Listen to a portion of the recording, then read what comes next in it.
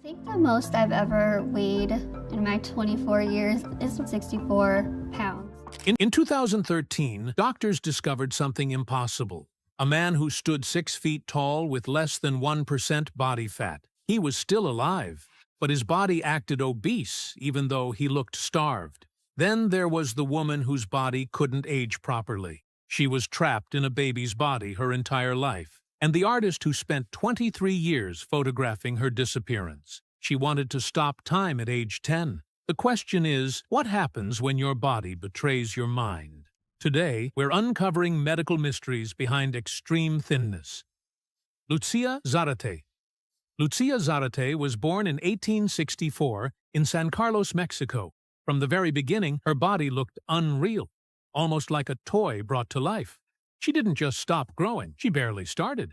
At 17 years old, she weighed only 4.7 pounds. That's less than a newborn baby. She was just 20 inches tall. Even at her heaviest, she never went over 14 pounds. Doctors later said she had a condition called Majewski osteodysplastic primordial dwarfism type 2. Back then, no one knew what that meant, but her size made her famous. In the late 1800s, during a time when circuses and freak shows were booming, Lucia became a star. In 1876, she was the highlight of the Philadelphia Centennial Exposition. Crowds couldn't believe their eyes. She wore custom-made dresses and was called the Living Doll. She earned $20,000 a year. That's more than $600,000 today. She was one of the highest-paid performers in the world. But behind the fame was a sad truth. Her body was too fragile for the hard life she was forced into.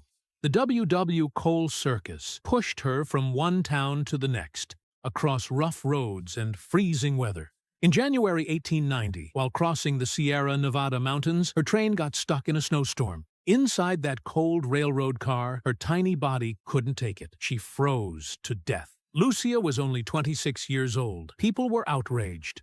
For the first time, they started to question how circuses treated performers with medical conditions. But Lucia's story didn't end there. Rumors spread that her embalmed body had been taken and displayed illegally. Some say it was kept in a private medical collection. Then it disappeared. No one knows where she ended up. To this day, she holds the record as the lightest adult human ever. She lived a short, strange life, one filled with money and fame, but also pain and exploitation. A tiny figure who left behind a giant story. Emma Schaller. Emma Schaller was born in 1868 in St. Louis, Missouri. At first, she was just like anyone else. She stood 5 feet 2 inches tall and had a healthy body. But in her early 20s, something began to go horribly wrong. Her body started wasting away. Her muscles melted, her energy vanished, and her weight dropped fast. She had a rare disorder called Simmons disease, now known as hypopituitarism. Her pituitary gland had failed. That little gland controls most of the body's systems, and hers had almost shut down completely. Emma dropped to just 45 pounds. She looked like a skeleton. Doctors said it was as if her flesh had disappeared. And in the cruel world of the 1800s, that meant she became a public show. Out of money and cast aside by society, Emma joined sideshows. She was displayed across the Midwest like an exhibit, shown to crowds who paid to see her eat or walk. Promoters printed her picture on posters and called her the living skeleton. It wasn't really her choice. Some say she was forced into it through unfair contracts. Others say she simply had no other way to survive. Either way, her fame didn't last long. When the shows stopped coming, she was left alone. In 1890, just like Lucia, she died young. Emma was only 22. She passed away in a cold boarding house in St. Louis. No family, no friends, only a few medical students showed up at her funeral, not to mourn, but to study her body. Later autopsies found her pituitary gland was nearly gone. It was a shocking discovery for doctors at the time. She helped science understand hormonal diseases, even though no one helped her when she needed it most. Jeremy Gillitzer. Jeremy Gillitzer had the body of a Greek statue, broad shoulders, sharp jawline, piercing eyes. On magazine covers, he looked perfect, but inside, he was breaking. His life was one of the most tragic stories ever told in the modeling world. It wasn't drugs or fame that destroyed him. It was something quieter and more painful. Jeremy was dying from the inside out. He was born in 1970, and by the time he was 12, something was already wrong. He wasn't just losing weight. His body was shutting down. His skin grew thin hair to stay warm. He weighed just 85 pounds and kept falling. At 14, he dropped to 56 pounds. That's 25 kilograms, a full-grown boy, barely the weight of a small child. He stole laxatives. He vomited in secret. He was slipping away, and nobody could stop him. Doctors tried everything: reward systems, punishments, hospital stays. Nothing worked. He'd get better for a while. Then he'd fall right back. At school, he was bullied for being chubby. Later, he was isolated for being gay in a time when silence was survival. All of it fed into the same nightmare, but somehow he still became a model. On the outside, he looked like strength. On the inside, he was starving, literally. His teeth rotted, his gums bled, his heart nearly gave out. At one point, even the gym, his last connection to a normal life, banned him. He was too sick, too thin, too fragile. He was a liability. He tried to fight back. He created a blog. He searched for other men like him, but mostly he found women who were also dying. They'd post tributes every time one of them didn't make it, and Jeremy knew it was only a matter of time. He posted his own stories. He wrote about nights filled with binging and purging. He wrote about being so tired he could barely move. He remembered the days when he felt like himself, but those days were gone. In June 2010, he died. He was just 38 years old. His final weight was 66 pounds, 30 kilograms. His last video, where he whispered, "I miss me very much," still haunts everyone who's seen it. He had become a warning, not a model, but a mirror, for what society's silence and obsession with image can really cost. Valeria Levitin. Valeria Levitin was born in 1973. By her teen years, she was already chasing perfection. At 16, she moved to Monaco. It was the capital of glamour and cruelty. A classmate insulted her body. She ran to her mother for comfort. But instead of love, she got a warning: lose weight. She weighed 141 pounds then, perfectly healthy. But to her, it now sounded wrong. She didn't eat. And then she ate even less. At 24, she was down to 83 pounds. Still not enough. She pushed harder. Eventually, she couldn't process food at all. Her weight dropped to 59 pounds. That's 27 kilograms. And she was 5'8". Her body was pure bone. Strangers would stare. Her skin looked like it was about to tear. She stopped dating. She couldn't touch anyone without bruising. She walked carefully, slowly, afraid even a small bump might shatter her. Doctors tried for years. Nothing worked. Her body was trapped in a war her mind had already lost. And then came the letters. From girls around the world. They wanted her advice. They wanted to be like her. Valeria didn't feel flattered. She felt terrified. She told them the truth. "I am not going to teach them how to die." Valeria had wanted to be a mother, but her disorder took that from her too. She called herself repulsive. She knew her body was a warning now, not a dream, but she still spoke out. She gave interviews. She begged others to stop chasing the lie. "Perfection doesn't look like her," she said. "It looks like pain." Lizzie Velasquez. Lizzie Velasquez was born on March 13, 1989, in Austin, Texas. She came into the world 4 weeks early and weighed just 2 pounds 11 ounces. Doctors didn't expect her to survive, but she did. And what followed was a life unlike almost anyone else's. It didn't take long for doctors to realize something was very different.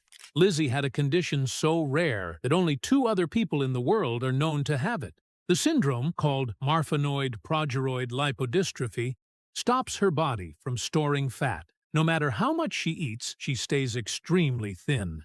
As an adult, she never weighed more than 64 pounds. She stands 5'2", tall, but has always weighed around 60 pounds. Her body burns energy so quickly that she has to eat constantly, every 15 minutes, every single day. She consumes 5,000 to 8,000 calories just to stay alive. The syndrome didn't just affect her weight. At 4 years old, she went blind in her right eye. Her left eye has only limited vision. Her skin looks prematurely aged. Her immune system is weak, and she faces serious problems with her heart, bones, and vision. And yet her brain, organs, and bones all developed normally. That made her different from others with wasting syndromes. She was small and fragile, but sharp and bright. Because of how she looked, Lizzie faced bullying almost from the start.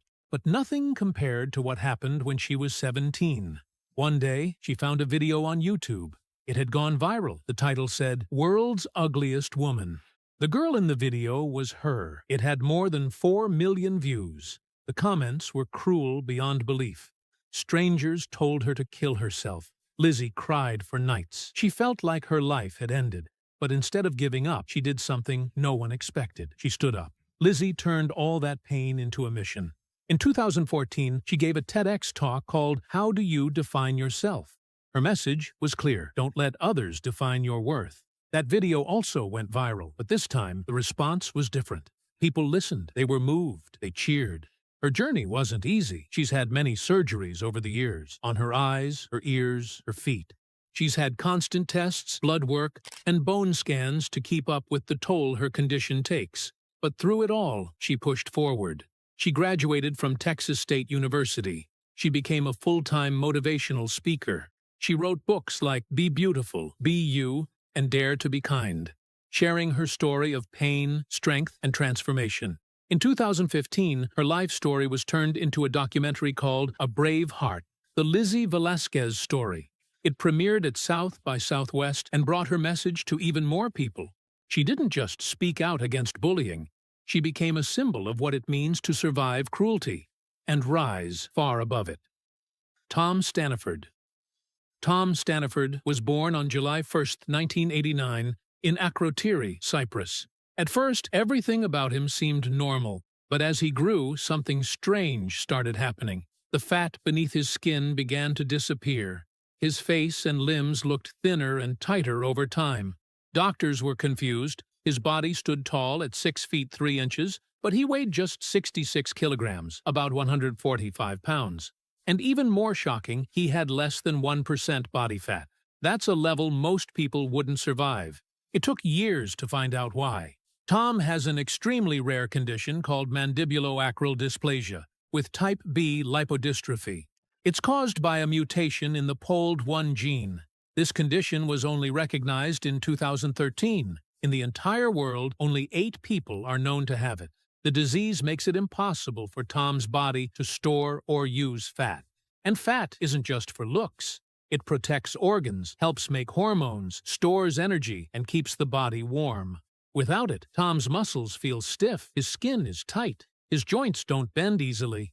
Even walking can be difficult because his ankles are almost completely locked in place. His hearing began to fade by the time he was 10, and he now wears hearing aids. He also has extremely low testosterone, but here's the strangest part. Even though Tom looks skinny, his body acts like he's obese. His metabolism is broken. He has type 2 diabetes. That's the kind of diabetes people usually get from being overweight, not from having no fat at all. But in Tom's case, it's just one more bizarre twist in a life full of them. Despite all of this, Tom never gave up. In fact, he turned toward one of the most demanding sports in the world, cycling. With only about 40% of the muscle mass of a regular man and no real energy reserves, training was brutal. He couldn't eat sugar like other athletes. He had to constantly adjust his food and medication just to keep moving. But he kept pushing. In 2011, at just 22 years old, he became the youngest ever solo national paracycling circuit race champion in Britain. The race took place at the Redbridge Cycling Centre, and Tom beat the odds in every possible way. Even when doctors had no answers, Tom kept going. It took more than 20 years to finally get the correct diagnosis. For most of his life, no one could explain what was happening to him, but he refused to let that stop him. He earned a degree in law and French. He now works as a consultant for disability access and inclusive travel, and he's using his story to fight for others with rare diseases so that they don't have to wait as long as he did. Rachel Farouk. Rachel Farouk was born in 1978 in California. She was the kind of person everyone admired. She graduated at the top of her class, valedictorian, summa cum laude, and even pursued acting. She had a bright future, full of energy and drive. But life took a turn no one expected. After a series of emotional and personal setbacks, Rachel began to slip into the grip of anorexia. What started quietly turned into a full-blown nightmare that lasted for over 10 years. By 2015, she was 37 years old, standing 5'7" and weighing just 40 pounds. She had once been a healthy 125. Now, her bones showed through her skin. People who saw her couldn't believe she was still alive. Doctors and news outlets described her appearance as shocking. Her body began to break down, her heart weakened, her liver and kidneys started to fail. She developed severe osteoporosis. She had blood clots. She needed transfusions. In one terrifying episode, doctors gave her fluids to try and stabilize her. She gained 40 pounds of water weight overnight. Her organs couldn't handle the sudden change. She almost died right then. Hospitals across California wouldn't admit her. Not even other states would take the risk. They called her a liability. Only one hospital in the country, the Acute Center for Eating Disorders in Denver, had the resources to treat someone in such extreme danger.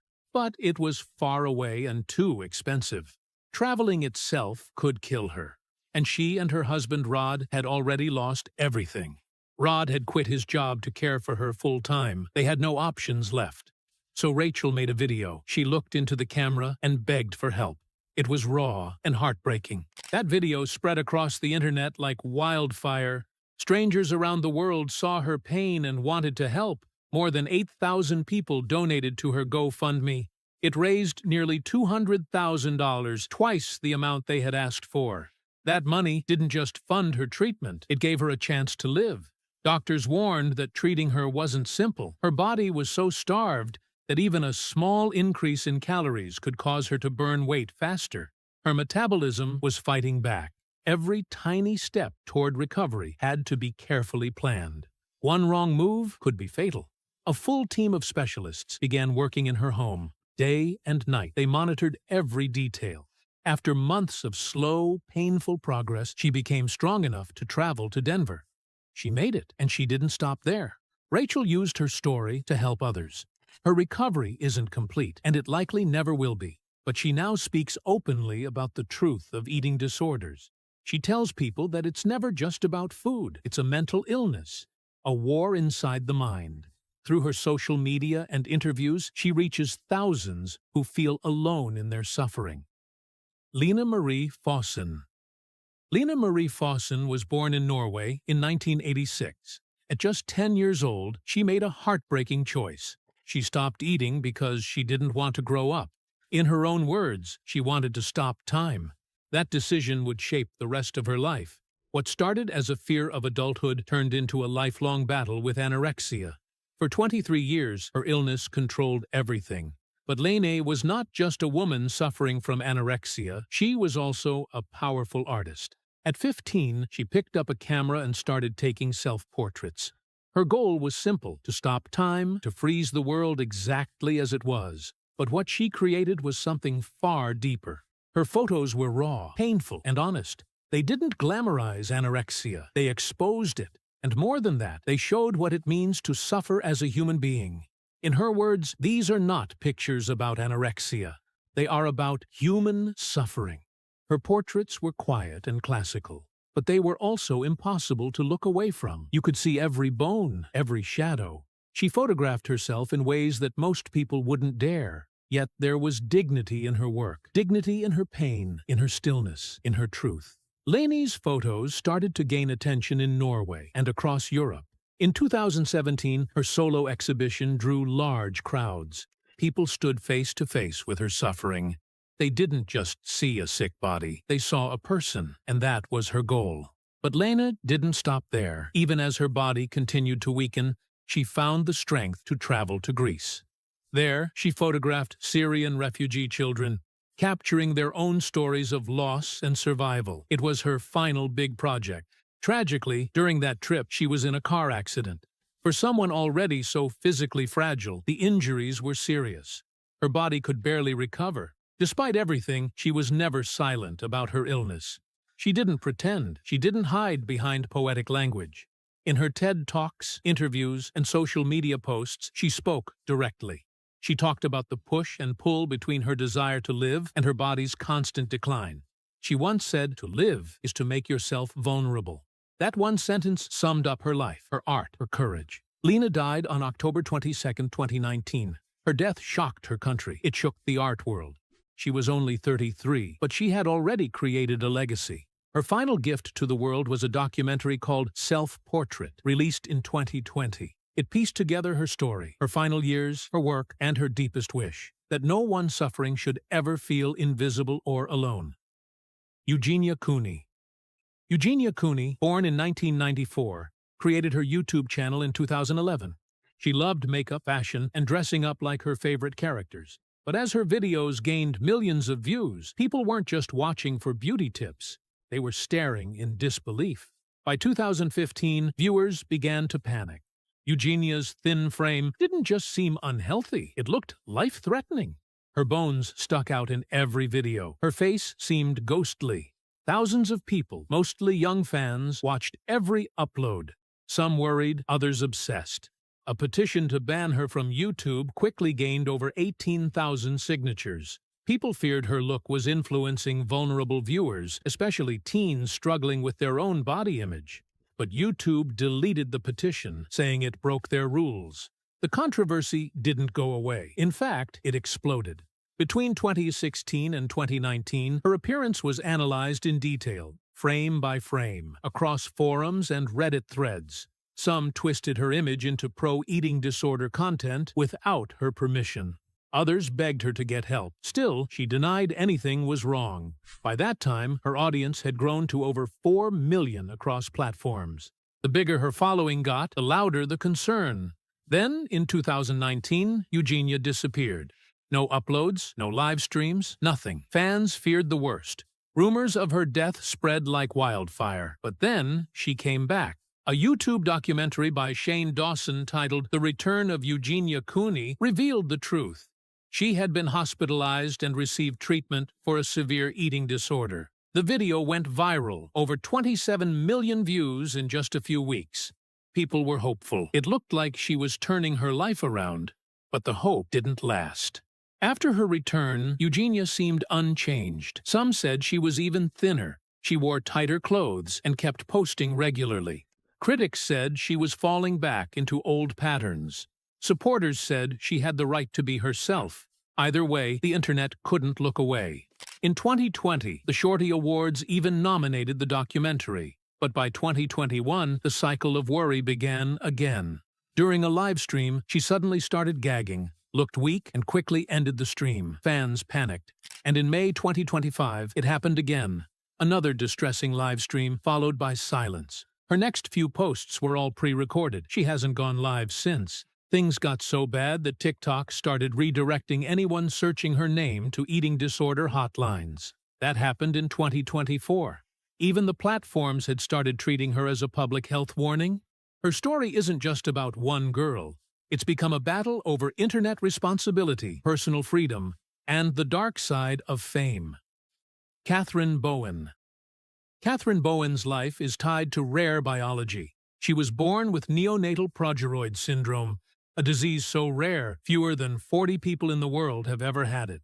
Unlike the typical aging disorder progeria, this condition meant that Catherine couldn't store body fat at all. From birth, she looked drastically different. Her skin was thin and wrinkled. Her cheeks were hollow. Her bones stuck out from every angle. She had no fat under her skin. Even her skull looked bigger than normal because there was nothing to cover it. Guinness World Records officially recognized her as one of the thinnest living people on Earth. Not because of anything she chose, but because her body physically could not hold on to fat. Her fat levels were under 2%. That's not just unhealthy, it's nearly incompatible with life. For most women, the healthy range is at least 10%. For athletes, maybe 8%. For her, less than 2%. And it wasn't just about looks. Her body had no padding to protect itself. A small bump could mean serious injury. A slight cold could turn into a life-threatening crisis. She had no energy reserves, no safety net. Simple things became painful. Sitting down hurt. Sleeping too long could cause bruises. Ordinary clothes didn't fit. They just hung off her body like sheets. Her condition made every day a challenge, but Catherine didn't hide. She let doctors study her. She appeared in textbooks. She talked about her life. And she kept going, even when others stared or whispered. Growing up, she was bullied. People didn't understand what they were seeing. Some thought she had an eating disorder. Others thought she was cursed. The truth was medical, but the stigma never stopped. She once said that just walking into a room could feel like a test of strength. Her story wasn't one of fame or followers. It was one of survival. Every day she stayed alive was a medical miracle, but it was also a testament to her spirit. The odds were against her from birth, and she still chose to keep living, keep fighting, and keep telling her story.